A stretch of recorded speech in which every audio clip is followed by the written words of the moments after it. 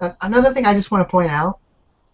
Now, I'm not perfect. I'm not the best programmer out there, but I'm pretty good. And I guarantee you that newer users, if you try to duplicate some of the things that I've done, you're going to use more storage, more memory than I'm using to do this. And you're going to lose a lot of time. Yeah, Yeah. just you're wasting your time. For example, the collision calculator, big time saver, RGCC. I go use it. Don't don't calculate your collisions ever again. Just use names. Now, I spend a whole chapter talking about loading and saving files for persistence, and I think you should read it and know how to do file persistence and how to load and save.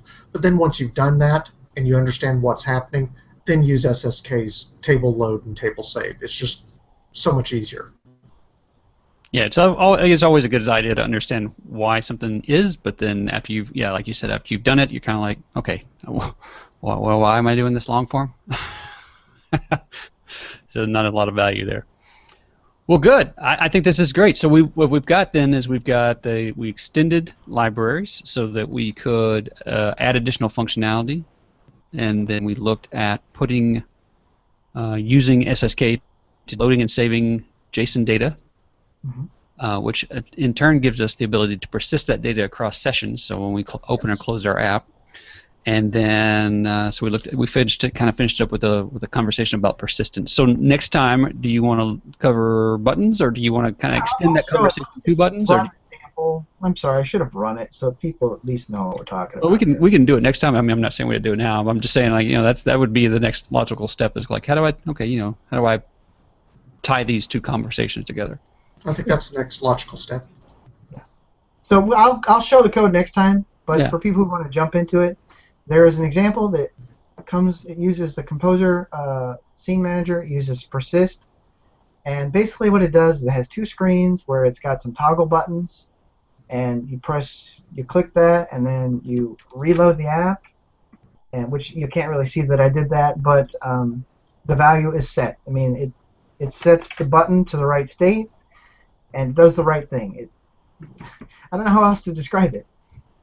Set the difficulty level to 2 on another screen, reload the app, go to the screen, difficulty level is now 2. I mean, This is what people are trying to achieve, but they bang their heads against the wall, and then they try to write their own code. And I'm just saying, don't do it. Right. Take a look at my stuff and derive what you need from that. Right. Well, I think like most people, it's just again, like Brian was just saying a moment ago, the answer why something is great, but for the most part, people just kind of want to move on. They want to get stuff done, right? So that's that's the reason that we use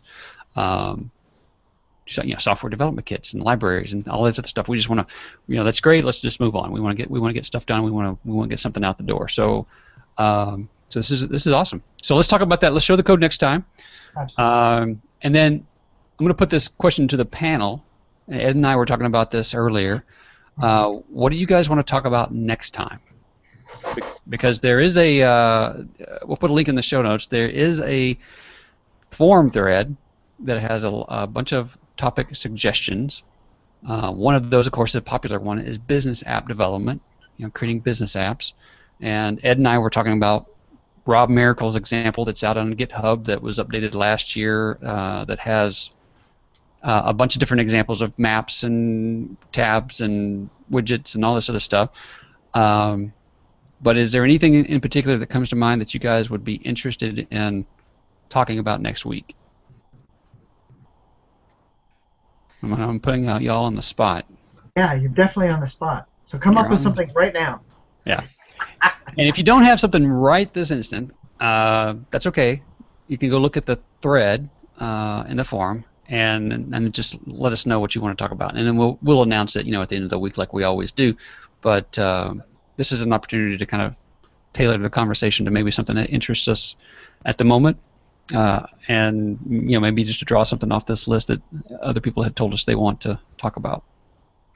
There's lots of great stuff there. I'm showing the thread right now. And then I'm kind of zooming out. So as you can see, as of 21 March, we've already got like a couple dozen items, and then new ones have been added. I didn't update the list. But we're looking for something everybody can kind of get together and talk about, right? Yeah, So. yeah. And there's some of this stuff. It's like I think I saw one a moment ago was like marketing tools. That's a pretty broad topic. So we would probably pick a piece of that. Design patterns. That's another one. It's like really big, right? So we would probably narrow it down to a specific thing, kind of like we did with the game mechanics. Rather than go through an entire app end to end and show you all the different pieces. We probably just want to focus on a core mechanic. So for these particular topics, we might focus in on a specific aspect of it, like using the map. We might would look at specifically how to put markers on a map, and not necessarily cover every element of using the map widgets. You just said something that actually tripped an idea for me, and I think it would really resonate here. Is we've got experts who are on the panel every week. Mm-hmm. And I tend to be the more talkative one, and I don't want to be like, hey, my way is the only way. And design patterns. You know what I would love to see? I would love to see us choose a small set of things like how does Sergey make his modules? How does Jason set up his composer scenes?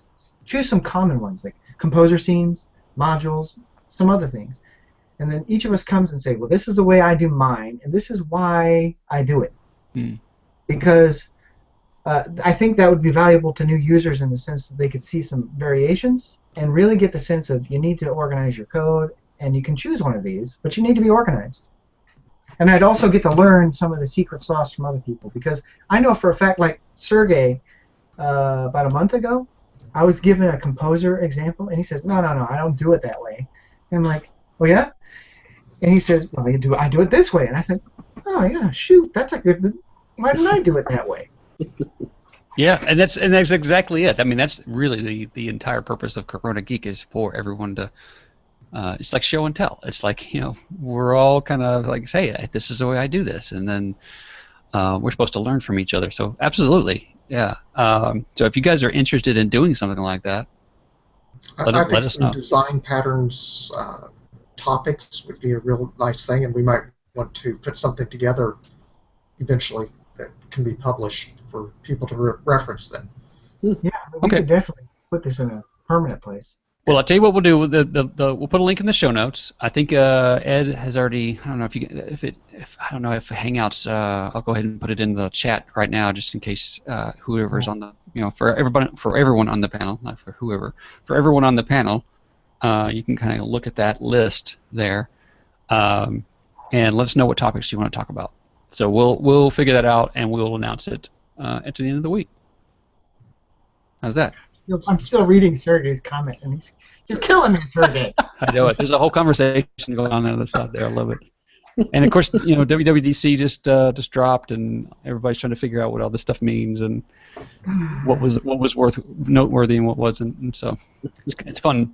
If you haven't joined us, if you're listening and you haven't joined us on the panel, I definitely invite you to do so. Anyone can join the panel at any time. I mean, the link that we share is to the panel. The only thing that's limiting is Google Hangouts limits us to 10 people, which usually means 9 other people and myself, just because I opened the show. But that's plenty of space to participate and come and be a part of the conversation. So you're always welcome to join us anytime. And with that, I'm going to leave it there and say thanks for joining us this week. And we'll be back here next Monday at 12 p.m. Pacific to talk all about mobile app development using Corona SDK. Be sure to check the show notes for today's show to all the links to the code and everything. And happy coding.